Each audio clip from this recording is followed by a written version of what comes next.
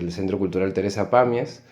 Leímos 3 cuentos, estamos viendo el tema de la huella y elegí uno de ellos, un cuento bastante breve, que se llama Historia, de Lydia Davis, y que ustedes pueden encontrar en una edición, si no me equivoco, de 6 Barral, donde están los cuentos completos de Lydia Davis.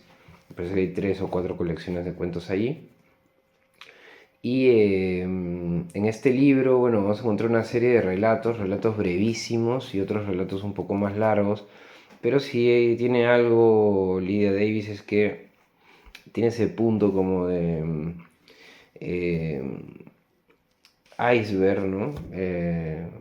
Como lo decía pues Hemingway, ¿no? Este efecto de tocar la superficie del relato y a través de esa superficie poder entrar, imaginar, intuir todo lo que hay debajo, ¿no?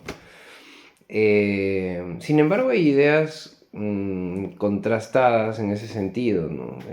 Se dice también que los cuentos de Davis no son necesariamente el eco de un subtexto, sino que en realidad ya en la superficie está contenido todo, ¿no?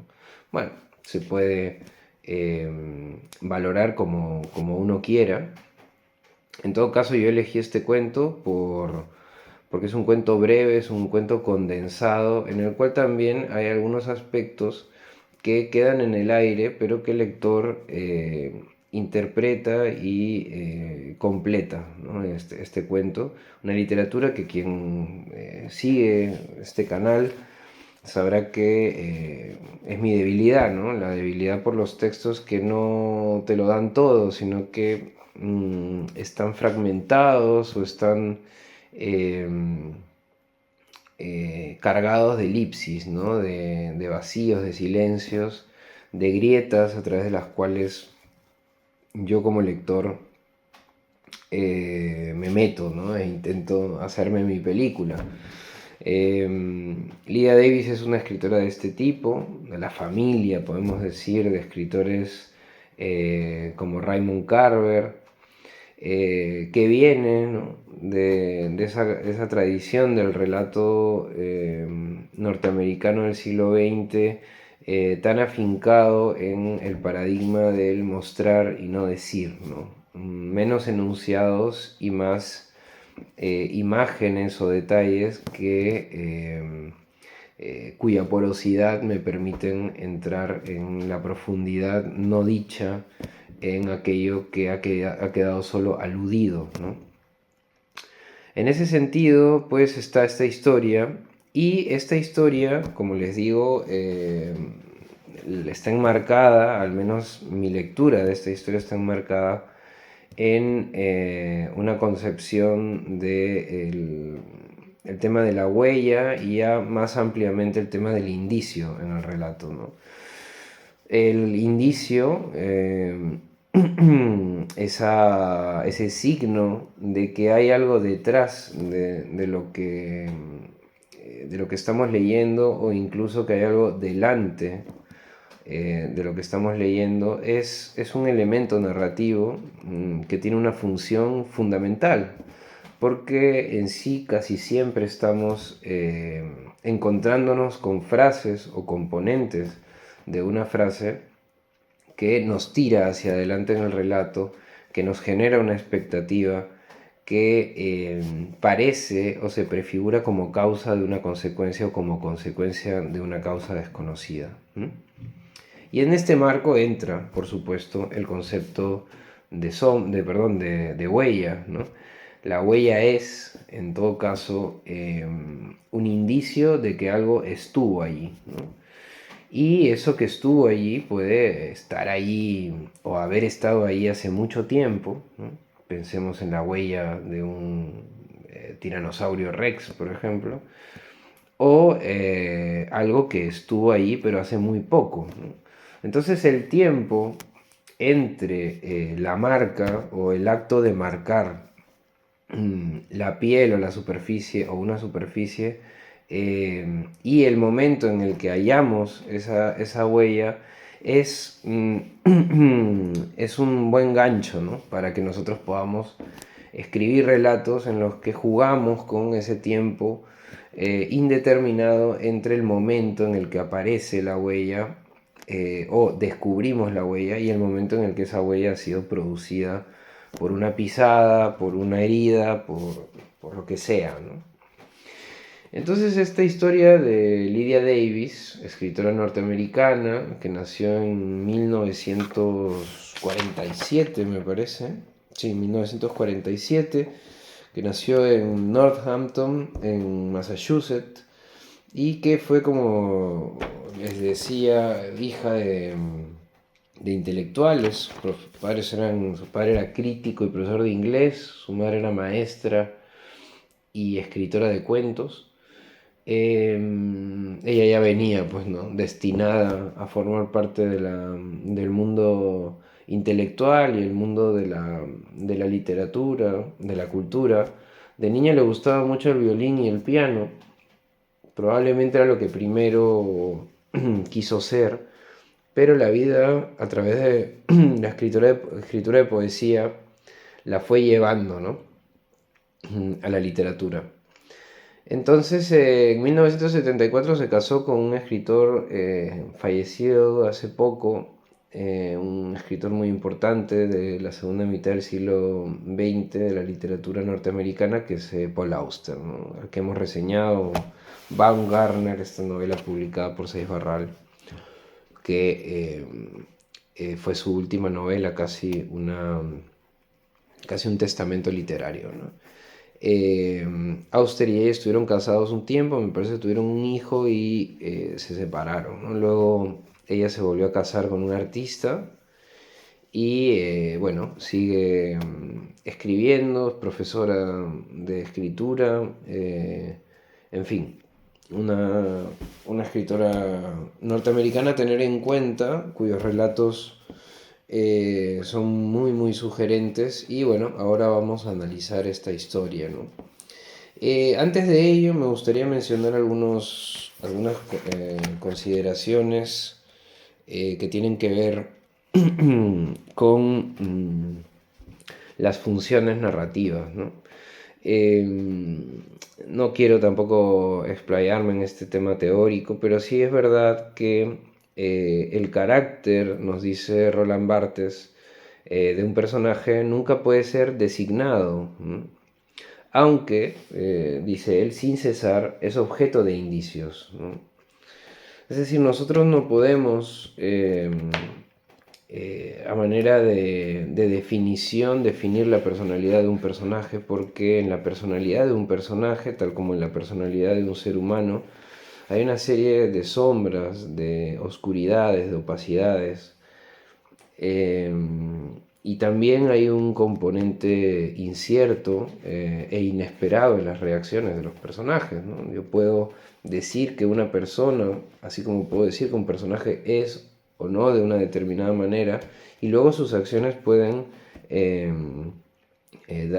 restarle valor a lo que yo he designado, ¿no? Por eso es que el indicio es tan importante para construir a nuestros personajes, ¿no? Porque los indicios son aquellas cosas que van a ir generando una atmósfera en torno del personaje, y esa atmósfera es realmente toda la información que tenemos de él, ¿no? En ese sentido, hay funciones y hay indicios, ¿no? Un lado hay estas funciones que tienen causas y efectos en un relato, es decir, compro un arma porque luego la voy a utilizar o no. Entonces, cuando yo coloco esta acción de comprar un arma, de alguna manera en la cabeza del lector se está generando la expectativa del uso o el no uso de esa arma en algún momento del relato, ¿no? Entonces, esto es lo que Barthes llamaría un núcleo o nudo, ¿no?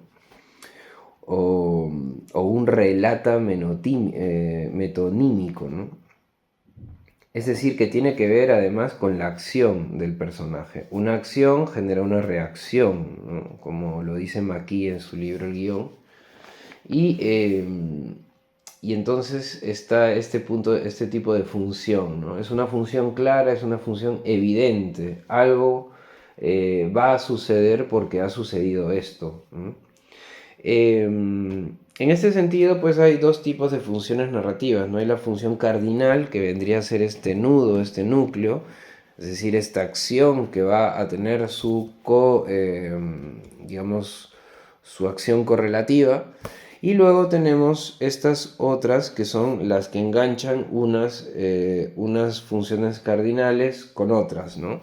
Es decir, que si yo compro un arma, en una tienda de un autoservicio, no será lo mismo que si compro un arma en la tienda de un pueblo, o si compro el arma en un parque a una persona que es contrabandista, ¿no? Entonces tenemos que la acción es la misma, pero aquello que le rodea, aquello que engancha esa acción con la reacción, le da un contenido que Barthes llamaría como el relleno o la función de catálisis, ¿no? Es decir, que va catalizando una acción hasta que esta acción se complementa con la consecuencia, ¿no?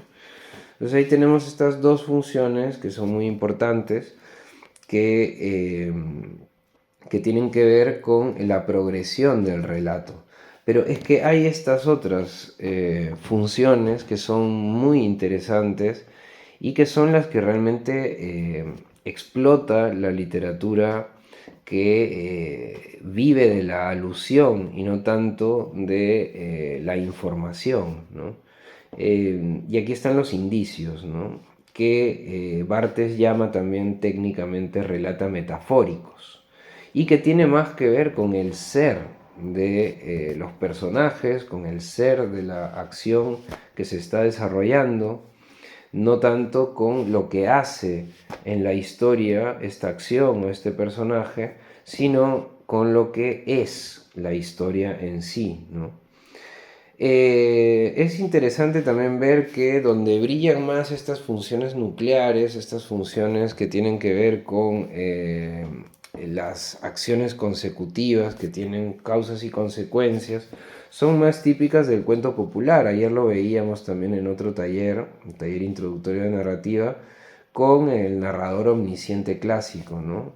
Líder de los cuentos populares y narrador que además tiene una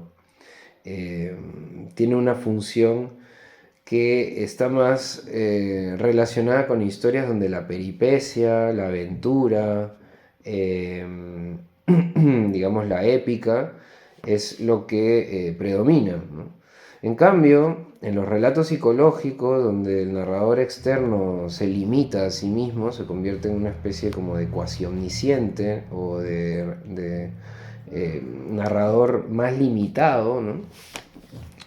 Es más propio pues de la novela psicológica, de la historia de personaje. Y allí donde reina ese tipo de narrador limitado, esa primera persona más hermética que nos cuenta la historia con muchos vacíos, ahí es que reinan también los indicios, ¿no? Entonces estos indicios tienen relación directa con tres elementos de todo personaje, ¿no?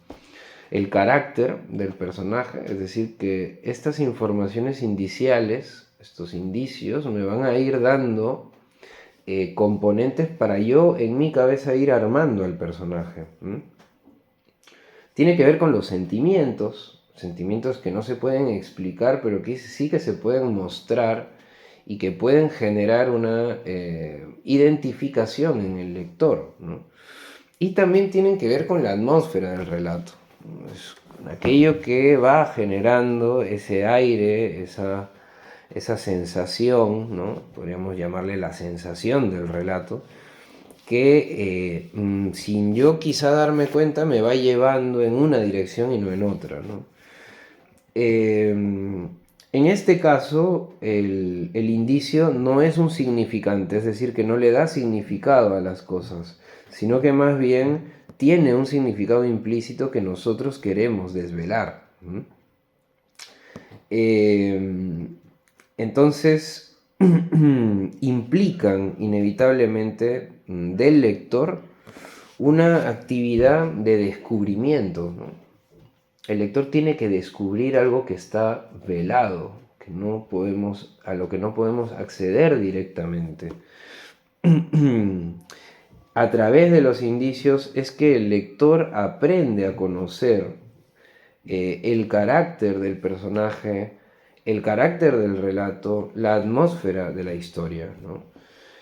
Y luego están las informaciones, ¿no? Porque no podemos crear una narración única y exclusivamente de indicios, porque entonces estaríamos en una especie de plano absolutamente indeterminado, ¿no? Todo podría ser una cosa y podría ser otra. Y claro, un relato tampoco puede estar absolutamente indeterminado, no todo puede quedar a la imaginación del lector. Hay cosas que fijan ciertos ejes, ¿no? Y que le dan una forma al relato. Ya sea estas funciones metonímicas o funciones cardinales, que son estas acciones que van a tener una consecuencia. Pero también están estas otras informaciones que sirven para identificar, para situar en el tiempo, en el espacio, y que son absolutamente significantes, ¿no? Es decir, le dan significado a las cosas. Si son las 8 de la noche cuando este personaje va a comprar el arma y la va a comprar a una tienda en un autoservicio, estamos viendo ahí dos informaciones que son objetivas y que son significantes, que me ponen, digamos que ponen base y sustento plausible al relato, ¿no? Mientras que los indicios generan toda esta indeterminación, toda esta zona gris donde nosotros podemos cargar el relato de nuestras propias interpretaciones.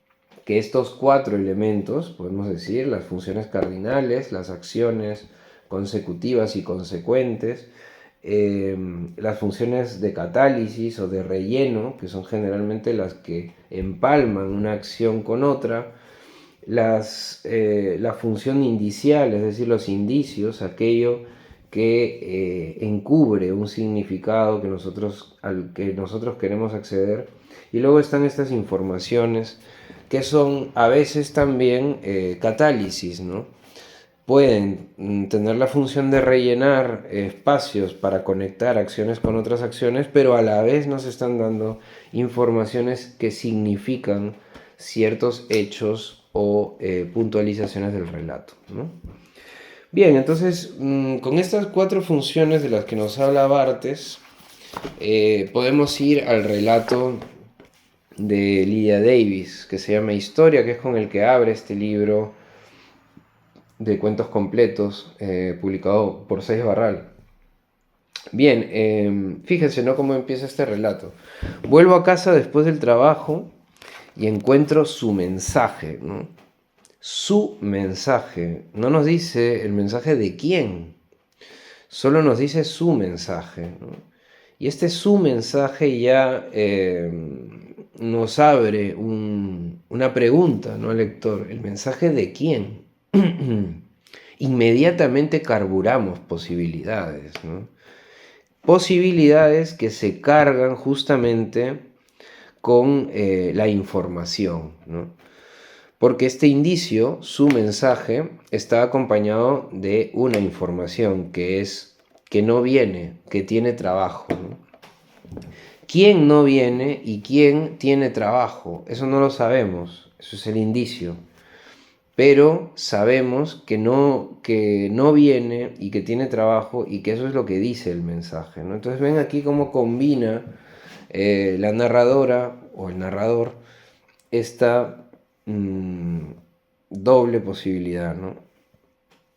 El indicio, su mensaje, el de quién, no lo sé, y que no viene, que tiene trabajo, ¿no? Es una información. Digo el narrador o la narradora porque aún no sabemos el género, el sexo de este personaje. Volverá a llamar, es lo que le dice el mensaje. Espero. Y a las 9 voy a donde vive. Veo su coche. Pero él, ahora sí, tenemos una información que lo ubica como un personaje masculino, no está en casa. Información, él no está en casa, ¿no? Llamo a la puerta de su apartamento y a todas las puertas de garaje, porque no sé cuál es su puerta de garaje. Nadie responde. Y aquí tenemos claramente la función cardinal, ¿no? Fíjense él cuando dice, llamo a la puerta de su apartamento, acción, y a todas las puertas de garaje, acción, y una catálisis, porque no sé cuál es su puerta de garaje. Nadie responde, es otra acción, ¿no? Es la reacción de la acción de llamar a la puerta y de llamar a las puertas de los garajes. Si yo llamo a la puerta, llamo a las puertas de los garajes, esto implica que alguien me abrirá la puerta o alguien no me abrirá la puerta. En este caso no me abre la puerta, ¿no? Entonces ella escribe una nota, ¿no? Escribo una nota, la releo, escribo otra nota y la pego en su puerta. En casa no me tranquilizo. Fíjense que ya cuando dice escribo una nota, la releo, escribo otra nota y la pego en su puerta, vemos que aquí hay un indicio, ¿no? Esta acción, que por un lado me informa sobre lo que está haciendo o lo que hizo la protagonista, también es un indicio de esa intranquilidad que luego confirma cuando dice, en casa no me tranquilizo y lo único que puedo hacer, aunque tengo mucho que hacer porque mañana salgo de viaje, es tocar el piano, ¿no? Entonces este tocar el piano también es una confirmación de esa intranquilidad, ¿no? Porque ella tiene que hacer unas cosas, porque mañana se va tempranísimo de viaje, y sin embargo no hace lo que tiene que hacer, sino que se pone a tocar el piano, ¿no? Y aquí empieza en este relato esta incompatibilidad entre el deseo o el deber, perdón, del personaje y lo que el personaje puede hacer, ¿no? Es decir, el personaje debería ponerse a hacer las cosas que tiene que hacer porque mañana se va temprano, pero a cambio toca el piano, ¿no? Vuelvo a llamar por teléfono a las 11 menos cuarto y está en casa, dice la narradora, ¿no? Ha ido al cine con su antigua novia, que continúa allí. Entonces aquí tenemos una información que por un lado es una información, nos pone en el contexto de lo que está sucediendo en el mismo momento en el que ellos están hablando por teléfono, pero estos antecedentes también son en cierta forma indiciales, porque no tenemos hasta este momento, quinta, sexta línea del relato, no tenemos antecedentes de quién es ella, qué relación tiene con él. No sabemos si están casados, si no están casados, si están juntos, si no están juntos, si son amantes, si son amigos, si son hermanos. No tenemos ninguna información, aunque el relato ya nos ha ido cargando de esa intranquilidad de la protagonista que narra la historia en presente, ¿no? Inmediatamente empiezan a aparecer otros indicios y también informaciones que cada vez nos dan una idea más clara de lo que está sucediendo, ¿no? Dice que ahora me llama, espero. Me siento por fin y escribo en mi cuaderno que cuando me llame o venga a casa o no venga, me enfadaré. Y tendré que vérmelas con él o con mi rabia, y eso podría ser estupendo, porque la rabia es siempre un gran consuelo, ¿no? Entonces esta frase, la rabia es siempre un gran consuelo, me habla de la seguridad del protagonista de que la rabia es un gran consuelo, porque lo está afirmando. Y si lo está afirmando es porque ya le ha sucedido antes, ¿no? Porque es algo que ha constatado con la experiencia. Y aquí nos dice, ¿no? Como descubrí con mi marido. ¡pam! Ahí me da una información que por un lado es información, porque nos está planteando nos está dando un dato que no teníamos, que es que ella tiene o tuvo un marido, tiene o tuvo, no lo sabemos, pero además es un indicio, ¿no? Porque este marido, o este concepto, mi marido, termina enlazándose con ese otro personaje, ¿no? Es decir, vincula la experiencia con su marido, que puede ser su ex marido o puede ser su marido, puede ser el marido al que está engañando también.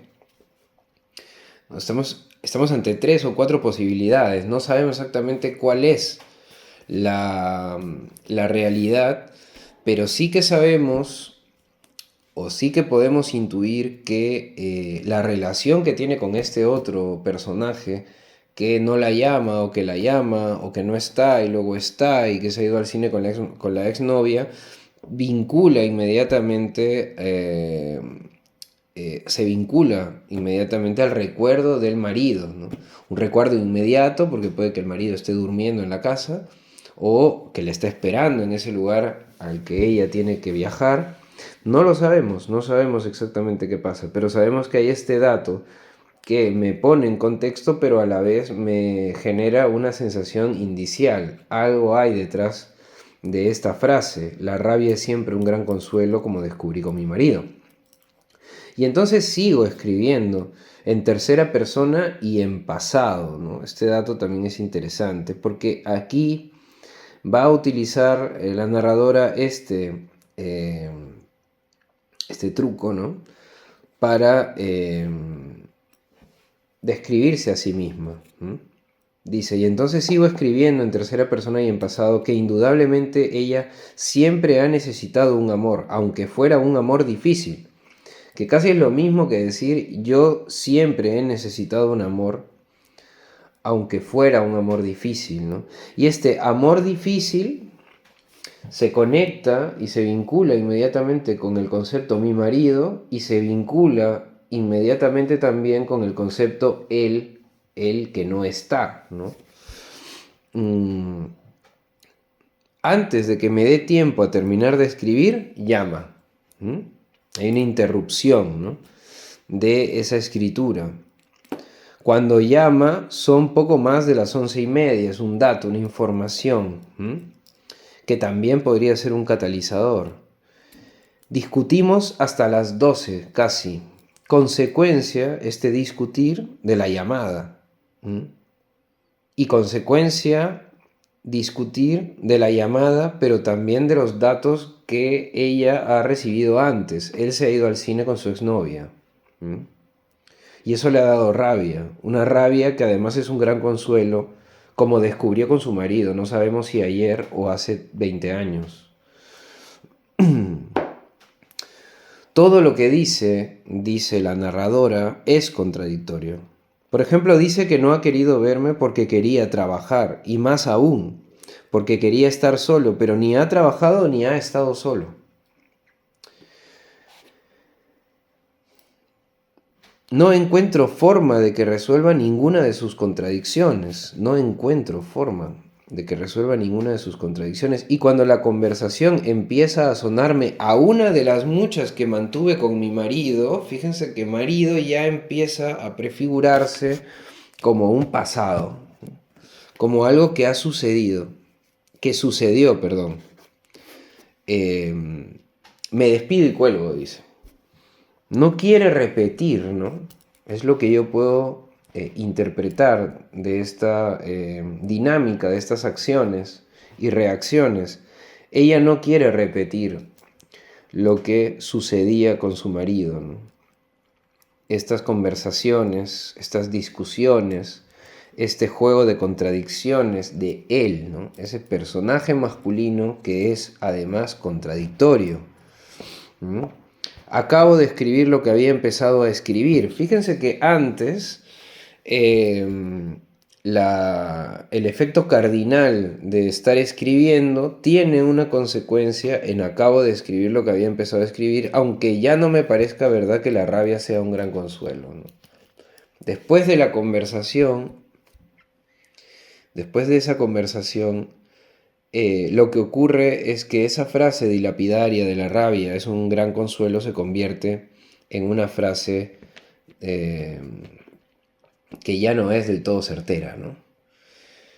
Lo llamo otra vez 5 minutos más tarde para decirle que lamento toda la discusión, ¿no? Y esto va a ser una constante en este relato. ¿Por qué? Porque vemos que ella tenía en la mañana que, bueno, perdón, en la noche, perdón, en la mañana se tenía que ir de viaje, pero en la noche tenía que hacer cosas y no las hace, se pone a tocar el piano. Luego además se pone a escribir en tercera persona un relato que tiene que ver con lo que le está pasando. Y luego le cuelga, se despide y cuelga, pero a los 5 minutos lo vuelve a llamar, ¿no? Entonces aquí tenemos el deber, digamos la moral, la política del personaje, la manera de administrar su poder y el poder de los otros sobre ella, contrapuesto a la capacidad. ¿Qué capacidad tiene, ¿no? O qué incapacidad tiene de poder llevar a término el deber y no más bien el poder, ¿no? ¿Qué es lo que puedo hacer? Y todo el relato gira en torno a esto, ¿no? Al tema de que por un lado no quiere llamarlo, está enfadada, siente rabia y por otro lado necesita hablar con él, resolver el tema, resolver el problema, resolver el malentendido, tener información, ¿no? Y que lo quiero, pero no contesta, dice. O sea, quería decirle todo eso, ¿no? Tenía esa intención, pero la reacción a la acción de llamar es no recibir una contestación, que nadie descuelgue el teléfono. Repito la llamada 5 minutos más tarde, pensando que quizá hubiera ido al garaje y ya haya vuelto, pero sigue sin contestar, ¿no? Esta reacción de no contestar es lo que empieza nuevamente a tensar el relato. Pienso en la posibilidad de coger el coche e ir otra vez a donde vive y mirar en el garaje a ver si está trabajando allí, porque allí tiene su mesa y sus libros, y allí es donde lee y escribe. Es decir, aquí tenemos también otro dato que es informativo, pero por otro lado es indicial, porque nos da una idea de qué tipo de personaje es él, que lee y escribe en el garaje, como lee y escribe en su garaje, por ejemplo,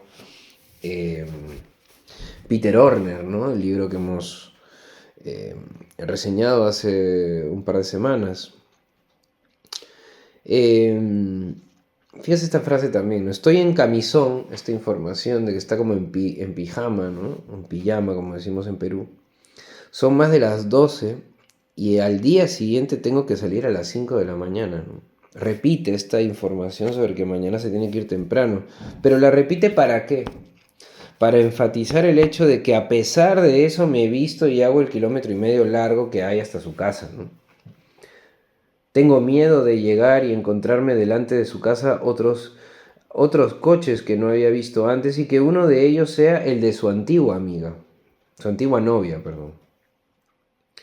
En el camino de entrada veo 2 coches que antes no estaban. Huellas, ¿no? Indicios de presencias no constatadas, ¿no? Que ella no puede ver, pero que intuye que están allí, ¿no? Uno de ellos aparcado lo más cerca posible de su puerta, ¿no? Y pienso que ella está allí, ¿no? No lo sabe, pero piensa que está allí, ¿no? Otro valor increíble del narrador interno, o en su caso el narrador cuasi omnisciente, esa limitación de conocimiento ayuda a fortalecer la sensación de intriga del relato. Bien, y a pie doy la vuelta al pequeño edificio hasta la parte de atrás donde tiene su apartamento y miro por la ventana. Hay luz, pero no puedo ver nada con claridad porque están las persianas a medio echar y los cristales empañados, ¿no? Pero en la habitación las cosas no están como estaban por la tarde y antes no había vaho en los cristales, ¿no? Entonces aquí hay una sensación de que ahora ahí hay personas, porque no solo hay personas, sino que si vamos más allá, está sucediendo algo, ¿no?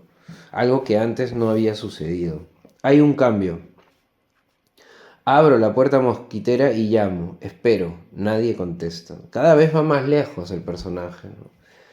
Cada vez hace más lo que no debería hacer, o lo que ella no querría hacer realmente, ¿no?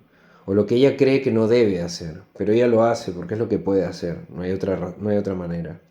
Cierro la puerta y voy a inspeccionar los garajes. Ahora la puerta se abre a mis espaldas mientras me alejo y sale él, ¿no?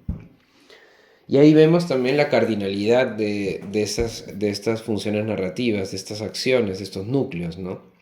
Insisto, insisto, insisto, insisto, y al final eso tiene una consecuencia, ¿no? Bueno, el relato continúa, no lo leo más porque seguro lo pueden disfrutar cada uno. Lo único que quería dejar en claro era esto, ¿no? Utilizar un poco esta parte del relato para que podamos ver cómo funcionan, ¿no? las frases en un relato. Como cada frase en un relato, y en realidad en cualquier tipo de relato, debería tener una función, ya sea una función narrativa cardinal, es decir, una acción que va a tener una consecuencia, que es consecuente de otra acción, o que sea de catálisis, es decir, una información que nos sirva para rellenar esos espacios en blanco entre una acción y otra, o que tenga también una función de indicio, ¿no? Que nos haga pensar en algo que está encubierto, a lo que nosotros no podemos acceder sino solo a través de la interpretación. Y luego, por supuesto, estas informaciones, ¿no? Barthes va más allá, dice que estas cuatro funciones a la vez se pueden mezclar. A la vez una puede ser dos funciones a la vez, ¿no? Entonces ahí tenemos estas formas como nosotros podemos armar nuestro relato, ya no solo armarlo, que al momento de escribirlo esto lo hacemos de forma automática, pero luego cuando revisamos sí que podemos ir quitando aquellas cosas que no tienen una función directa o que no disparan hacia el lugar indicado, ¿no? Más abajo, por ejemplo, dice, y aquí termino, mientras andamos dice mira y mi nombre, y espero que me diga que ella está allí y también que todo ha terminado entre nosotros. O sea, ese mira, esa pequeña palabra que dice el personaje de él cuando está con ella, ya equivale a la posibilidad de un final en la relación o de una revelación incómoda, como por ejemplo que él en realidad se está enrollando con la exnovia nuevamente, ¿no? Esto, bueno, lean el relato para que sepan qué es lo que pasa al final o qué es lo que no pasa. Historia de Lydia Davis, relatos con los que podemos aprender a economizar nuestra narrativa y a generar impactos atmosféricos a través de indicios que conectan y vinculan los hechos del presente narrativo con los antecedentes del personaje sin la necesidad de relatar todo el pasado o todo lo que sucedió antes, ¿no?